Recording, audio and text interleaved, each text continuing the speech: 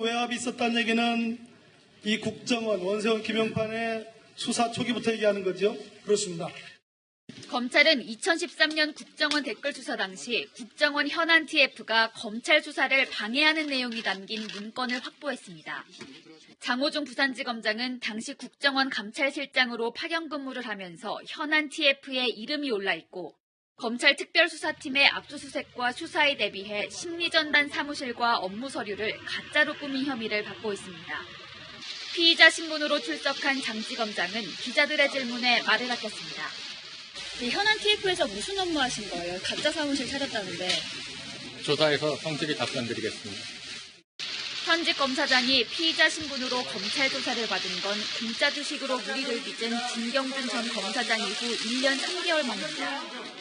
앞서 장지검장과 함께 파견됐던 현직 검찰 간부 2명과 서천호 전 국정원 2차장을 잇따라 조사한 검찰은 방해 공작 정황이 담긴 문건을 토대로 장지검장이 현안 TF에서 어떤 역할을 했는지 집중적으로 캐물을 방침입니다. 채널A 뉴스 신아람입니다. 2012년 대선 전후로 직접 인터넷 언론까지 만든 것으로 확인됐습니다. 시중의 여론을 형성하는 데 나라를 지켜야 할 군대가 동원된 겁니다. 이 매체를 만드는 돈은 국가정보원이 됐습니다. 김종석 기자입니다. 인터넷 매체 포인트 뉴스가 썼던 사무실입니다. 지금은 흔적을 찾을 수 없지만 이명박 정부 말기, 박근혜 정부 초기에 운영된 곳입니다. 국방부 사이버 댓글 조사 TF는 이 회사 서버를 조사했습니다. 그 결과 사이버 사령부가 직접 운영한 사실이 확인됐다고 발표했습니다. 18대 대선을 7개월 앞둔 2012년 5월부터 2014년까지 기사 7,500건이 여기서 만들어지고 유통된 겁니다. 정부를 옹호했을 것으로 추정되지만 인터넷 공간에는 당시 기사가 거의 남아있지 않습니다.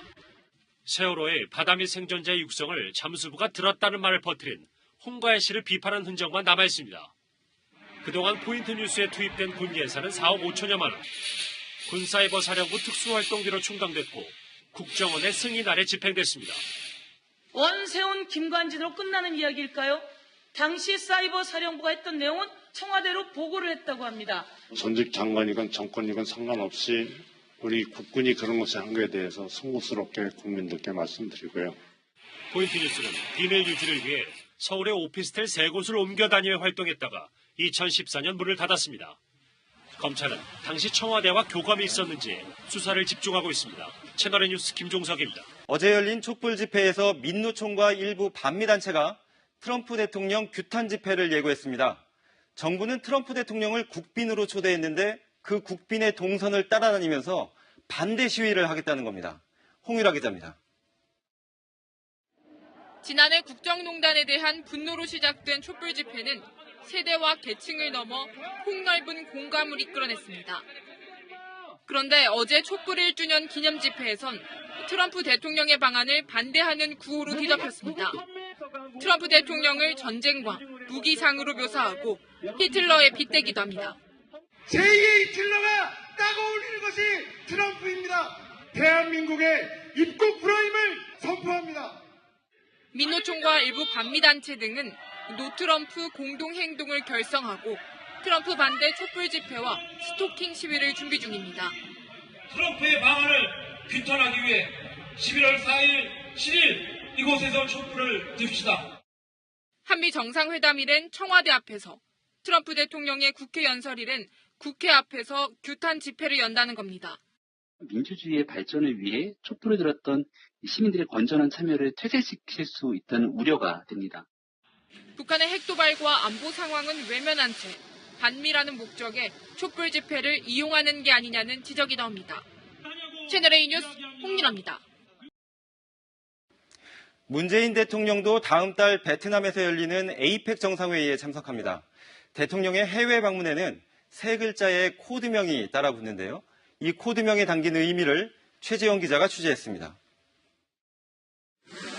지난 9월 러시아의 극동지역 블라디보스토크를 방문한 문재인 대통령. 코드명은 산울림이었습니다. 대통령의 신북방 정책이 산울림처럼 큰 메아리가 되길 바란다는 의미였습니다. 북한도 이에 참여하는 것이 이기움을 깨닫게 될 것입니다. 뉴욕 유엔 총회 때는 오페라였습니다. 193개 회원국이 함께 노력하는 유엔 총회가 노래와 반주가 무대 위에서 어우러지는 오페라를 닮았다는 이유였습니다.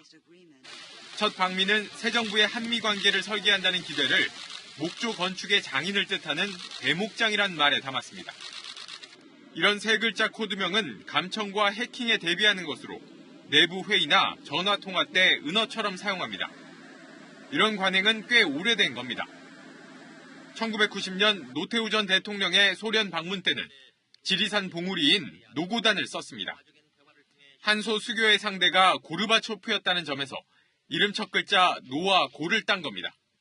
전두환 전 대통령은 1983년 요즘과 달리 네 글자인 국화 행사로 정했습니다. 그러나 아웅산 테러가 발생하면서 조화로 쓰이는 국화를 써서 그런 것 아니냐는 뒷말을 낳기도 했습니다. 채널A 뉴스 최재원입니다. 네, 그동안 흔히 볼 수 있던 거리의 가판대가 점차 자취를 감추고 있습니다. 매출이 급감하면서 상인들이 아예 장사를 접고 폐지를 주우러 다니기도 한다는데요. 황규락 기자가 이들을 직접 만나봤습니다. 주인을 기다리는 신문, 쌓여있는 음료수들. 20년간 종로에서 가판대를 운영해온 김상공 씨는 요즘 180만 원 정도인 1년치 운영비를 감당하기도 힘들다고 하소연합니다. 많이 팔아야 20만 원. 20만 원이면 음료수나 판다고 하면 괜찮지. 그래도 한 3만 원 남네. 노는이 엄부르는 거지. 유통기한이 없는 허리띠를 파는 등 품목을 바꾸기도 하고. 물건 갖다 놓으면 일주일 좀 반짝하다가 말로 다 재고해. 썩지 않는 거 갖다 놓고 파는 거야 지금. 장사를 일찍 접고 종이 상자를 주우러 다니는 사람도 있습니다. 받을 때는 10가구 팔아야 돼. 장사 안 되니까 못 한다니까. 그게 박스 좋습니다. 최근 들어 서울시에 있는 가판대가 계속 줄어들고 있는데요. 한때는 2,000개가 넘었던 가판대가 이제는 1,000개도 채 남지 않았습니다.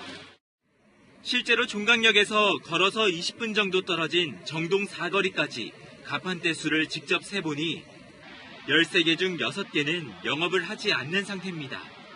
장애인과 노숙자, 명세민 등 취약계층에게 우선 배정해 이들의 생계를 도왔던 거리의 가판대.